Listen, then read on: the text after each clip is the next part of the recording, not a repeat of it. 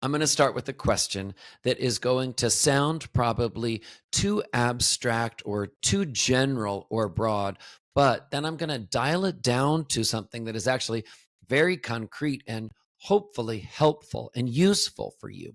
Here's the question: how does actual change, actual self improvement happen, do you think? What does it actually look like?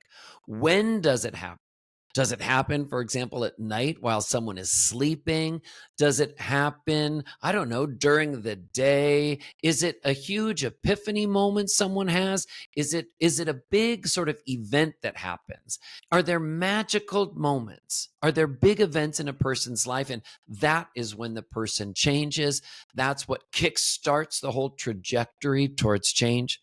Is that what you think change looks like? Okay.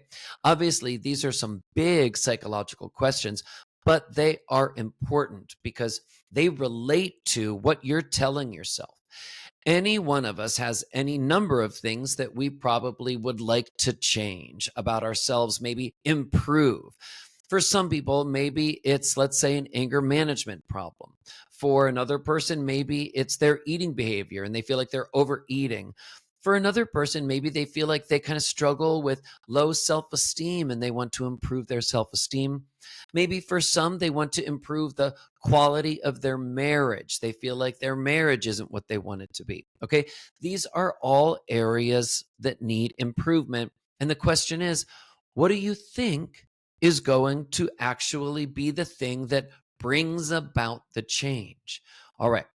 This is what I would like to share with you, that change happens because of lots of tiny little moments. Tiny little moments. That is where a lot of times the change occurs. And it is in the accumulation, the accrual of lots of little moments where a person does something different and new and better, as opposed to falling into and repeating their old behavior patterns.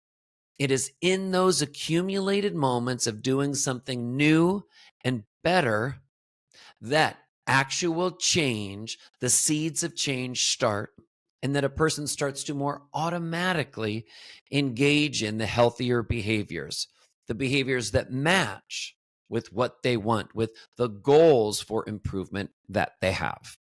When you think about it, a lot of times the way people talk about change is in this very amorphous, abstract way. And it makes it sound as if change is something so huge and so big that it's actually not realistic, that it actually might not or can't even happen. I'll give an example. I've heard some people say things like, people don't really change. Well, gosh, when you say such a broad, universal statement, I would kind of say in response to that, well, I mean, maybe they don't. You've made it sound so broad, so general. I don't even know what that means. What does that even mean? People don't change, period. Let's break that down a little bit. Can people change their behavior? Yes. Can people change the way they express their emotions? Yes. So, actually, when we do look at change, if we think about it as something just too big and too universal, well, I think that that doesn't make sense. It does make sense if people don't really believe that people can change, period. We all still occupy the same bodies. We largely will have some of our personality traits for life. So those things may be intact, may not significantly change. But there are some things that we can change. There are some ways that we can improve. And I believe that we can get better and improve ourselves in those little moments where we do something differently. So let me just give you an example. Let's start with a relationship example. Let's say whenever you and let's say your romantic partner tend to start getting into something that becomes kind of like a conflict. And, typically when this would happen, you'd go back and forth a few times and maybe you would tell yourself, we're not going to get anywhere. This always happens. Maybe you say to yourself, oh, they always do this. They always get like this. And your normal response is just to maybe say something dismissive or flippant and just walk away. Just walk away. So, what that means is nothing ever changes or gets better, right? This dynamic between the two of you, it's just one more instance where the two of you had a missed connection. Your partner in those moments, because you walk away and maybe say something dismissive, your partner probably just accumulates a tiny bit more frustration than they felt before towards you. So, in that moment where change is possible, is if instead of doing what you normally do, which is to say something dismissive and walk away, you do something different. In that moment, it may seem just super insignificant to you. Let's imagine it's a Saturday afternoon. You might think to yourself, we've had hundreds of Saturday afternoons. This Saturday afternoon is no different, but this Saturday afternoon could be the beginning seed of a change. What if instead of walking away in that moment, you say to your partner, you know what? Actually, I've got to tell you the truth. A part of me was just going to say I should just walk away, but I realize I've done that before and it doesn't really work. It might make you feel frustrated. Actually, let me take a moment and ask you, does that make you feel frustrated if I walk away all those times I've maybe walked away in the past? So, right there, do you see what you are doing is you're actually making your partner feel cared about? You're actually showing that you're listening. You're actually showing some interest. Yes, you love your partner. They know that. But sometimes when we love people, we actually forget some of the most basic day to day things in those instances of making a person feel like you actually are interested in how they feel in that moment. So, it's an enormous shift for you to say, hold on, maybe this isn't just one moment like thousands of other moments that we have had in this relationship. Maybe this moment is an actual opportunity where we could change the trajectory into a more positive trajectory of change. Maybe in this moment, if I do something different with that partner and try to make them feel like I'm actually interested and invested in caring about them, in creating some sense of repair in this moment, then just maybe we could have a future situation where maybe each of us would be inclined to do our usual thing, fall back into our old patterns, and just continue the conflict. But actually, we could do something different and better because the previous time we did something different and better.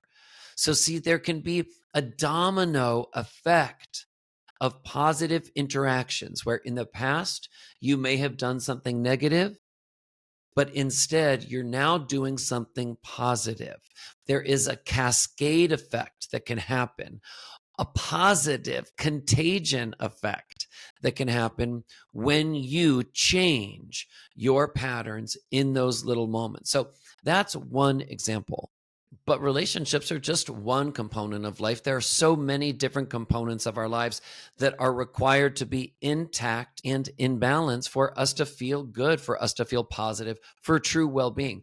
Let's take an example. Let's picture it. We were talking about a Saturday afternoon. Let's say the relationship issue isn't your issue. Let's say it's kind of falling off the wagon in terms of exercising. Maybe your eating routine is off or you're overeating and you're making bad choices. Maybe, for example, you feel like you're just unhealthy lately or you're overweight and you don't like how you feel.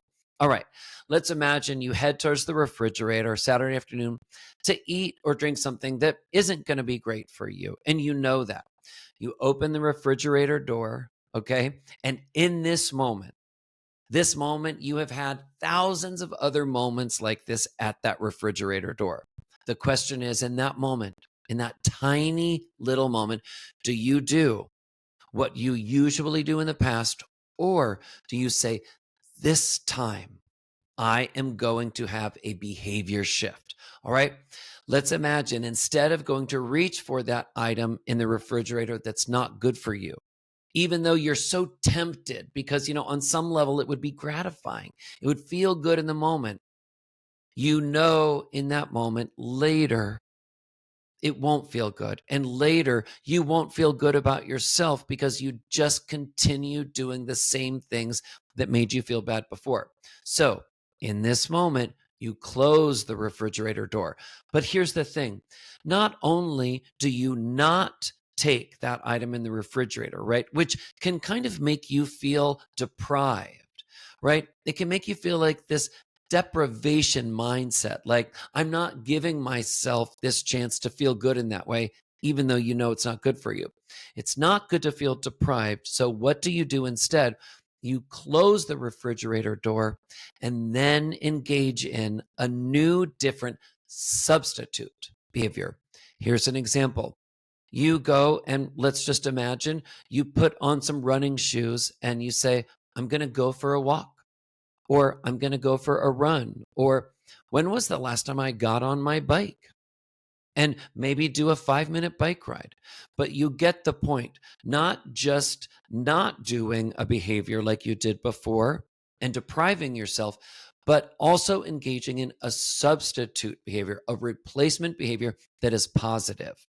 And then just guess how a person feels after they get back home from engaging in that positive exercise behavior. And you know the answer. They feel better. They feel better. And so, in those little moments, you can ask yourself, hold on, do I want to make a choice in this moment to feel better? And so, you can ask yourself, in all these little moments we all have any day of the week, hold on, in this moment, do I want to engage in a behavior that will be just more of the same, that will lead to me not achieving my goals and maybe even feeling bad about myself? Or do I want to be open to the possibility that if I change my behavior in this second, that this could be the start of actual change? That actual change, this is how it happens. Change happens in these moments. All right. Something to think about, everybody. We can all usually improve in some way or other in our lives.